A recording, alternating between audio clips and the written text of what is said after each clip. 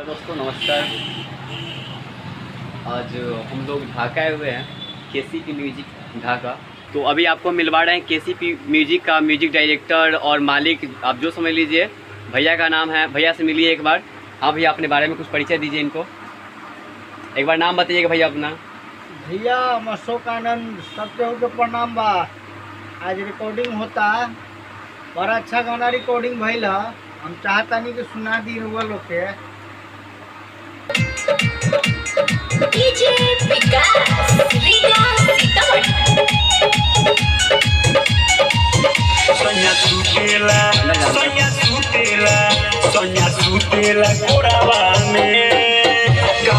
और आप लोग अपना प्यार दुलार दीजिए भैया को। बीच में आए आप लोग के बीच गाना सुनिए, बहुत अच्छा गाना रिकॉर्डिंग हुआ है।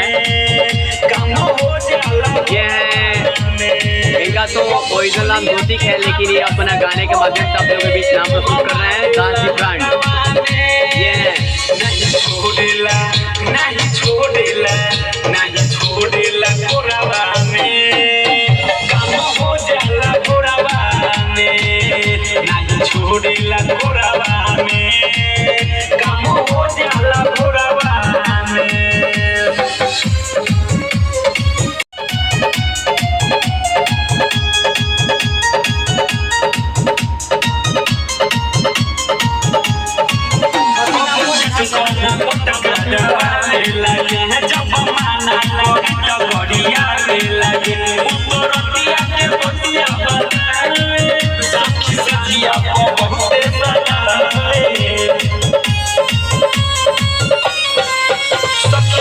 पिए बारा जब हो जाला खारा चूड़ी टूटे कलहिया में नहीं